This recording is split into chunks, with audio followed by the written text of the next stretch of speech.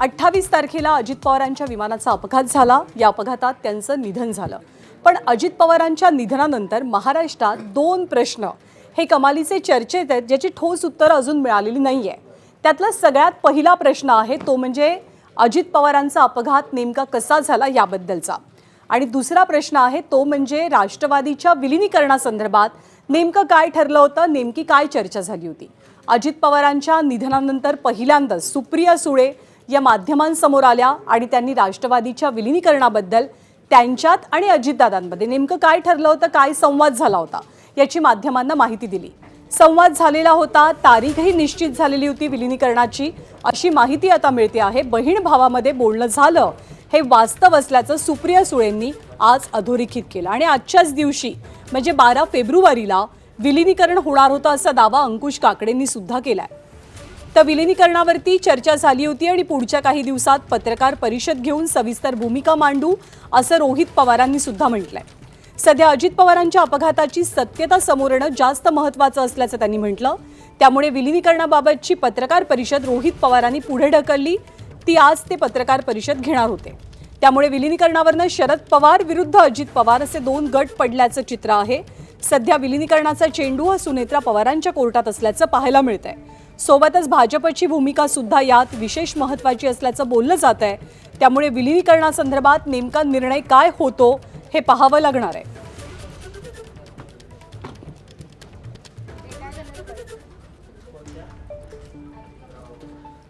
तर सुप्रिया सुळेंना जेव्हा पत्रकारांनी स्वाभाविकपणे विलीनीकरणाचा प्रश्न विचारला तेव्हा सुप्रिया सुळेंनी नेमकं काय म्हटलं आणि विलीनीकरणासंदर्भात चर्चा झाली होती हे सांगताना त्यांनी कोणत्या गोष्टी अधोरेखित केल्या आपण पाहूया।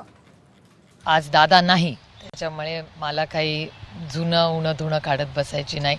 तो माझा मोठा भाऊ होता, माझा दादा होता आणि माझ्या दादामध्ये आणि काय जी चर्चा झाली ती माझ्या भावाला माहिती आहे आणि आज माझा भाऊ जिथे असेल तिथे त्याला ते माहिती आहे। त्याच्यामुळे दादाची इच्छा आणि आशीर्वादाने जे होईल ते पुढे पुढे बघूया।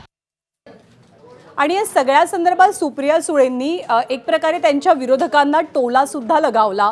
मी बोललेलं अनेकांना आवडत नाही असं म्हणत त्यांनी काही जणांवरती निशाणा कसा साधला आपण पाहूया। मी सीमेत बोलते जे माझा आणि माझ्या भावाच्या नात्यातलं आहे। मला दादा जे बोलला होता, माझं दादाशी जे बोलणं झालं होतं ते माझ्या आणि माझ्या भावामध्ये आहे। बऱ्याच लोकांना बऱ्याच गोष्टी माहिती आहे, पण अनेक वेळा लोकांना आवडत नाही मी हे बोललेलं। सगळ्यात मोठा प्रश्न या क्षणी आहे तो म्हणजे राष्ट्रवादी काँग्रेसच्या विलीनीकरणासंदर्भातला। खरं तर रोहित पवार सुद्धा आज या विलीनीकरणासंदर्भात एक पत्रकार परिषद घेणार होते, परंतु अजितदादांच्या अपघाताची सत्यता समोर येणं हे अधिक महत्त्वाचं असल्याचं म्हणत त्यांनी आजची पत्रकार परिषद पुढे ढकलली। पण या विलीनीकरणासंदर्भात रोहित पवार काय म्हणता आहेत आणि त्याचसोबत अंकुश काकडेंनी विलीनीकरणाच्या तारखेसंदर्भातला केलेला दावा सुद्धा आपण पाहूया। वाट बघा, सोमवार मंगळवारी जेव्हा प्रेस कॉन्फरन्स होईल त्यातून जे जे काय आहे, जे घडलं, जी चर्चा झाली, कधी झाली, कुठल्या तारखेला झाली, कसं झालं, काय झालं, कोण काय बोललं, ह्या सगळ्या गोष्टींवर मी सोमवार नाही तर मंगळवारी बोलेन।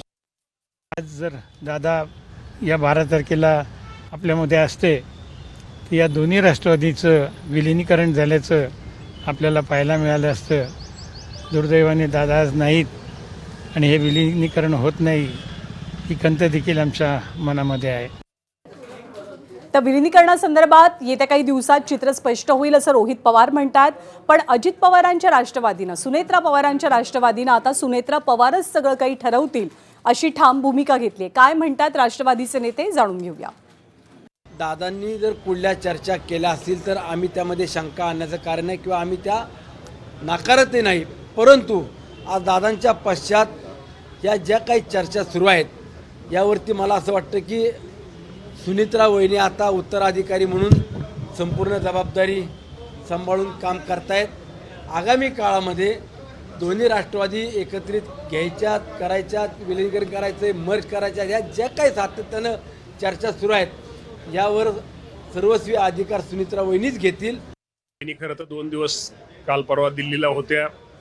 देशाचे पंतप्रधान, देशाचे गृहमंत्री या दोघांना त्या भेटलेल्यात। राज्य शासनाच्या वतीनं जे काय कामं किंवा काय जे दादा असताना जे पेंडिंग विषय आहेत त्याच्याशी साधक बाधक वहिनींची चर्चा झालेली आहे। अजून वहिनी आल्यानंतर त्या बाबतीमध्ये निश्चित प्रकारे आज या विषयावर तर मी बोलण्यापेक्षा स्वतः वहिनी आणि आमचे वरिष्ठ या बाबतीमध्ये योग्य तो आपल्या सर्वांना बोलतील आणि योग्य तो निर्णय घेतील. त्या बाबतीमध्ये आता वहिनी 2-3 दिवसानंतर झाल्यानंतर प्रत्यक्ष आमची भेट झाल्यानंतर या बाबतीमध्ये नक्की आम्ही चर्चा करू. तर एकीकडे दोनही राष्ट्रवादीच्या विलिनीकरणासंदर्भातले अनेक प्रश्न अजूनही अनुत्तरित असताना दुसरीकडे अजित पवारांच्या अपघातासंदर्भात रोहित पवारांनी आज सुद्धा काही महत्त्वाची विधानं केलेली आहेत आणि या अपघाताबाबत रोहित पवार माध्यमांशी बोलताना काय म्हणाले जाणून घेऊया.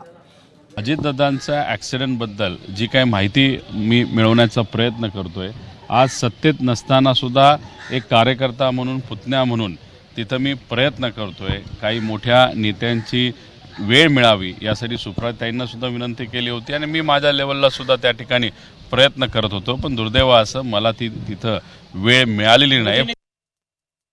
तसं बघितलं तर ब्लॅक बॉक्स बंद ठेवता येत नाही आणि जर अतुलजी लोंढे जसं म्हणतात तसंच जर ब्लॅक बॉक्स बंद केला असेल, नाही तर मुद्दामून आज सांगण्यात येतं आहे की ब्लॅक बॉक्स हा बंद होता म्हणजे खऱ्या गोष्टी बाहेर येऊ नये म्हणून कुठंतरी आत्तापासूनच एक कारण लोकांमध्ये पेरलं जातं आहे असं आपल्याला त्या ठिकाणी म्हणावं लागेल.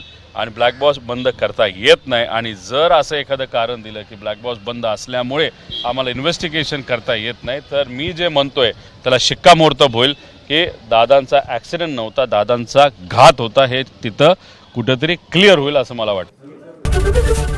एबीपी माझा, उघडा डोळे बघा नीट.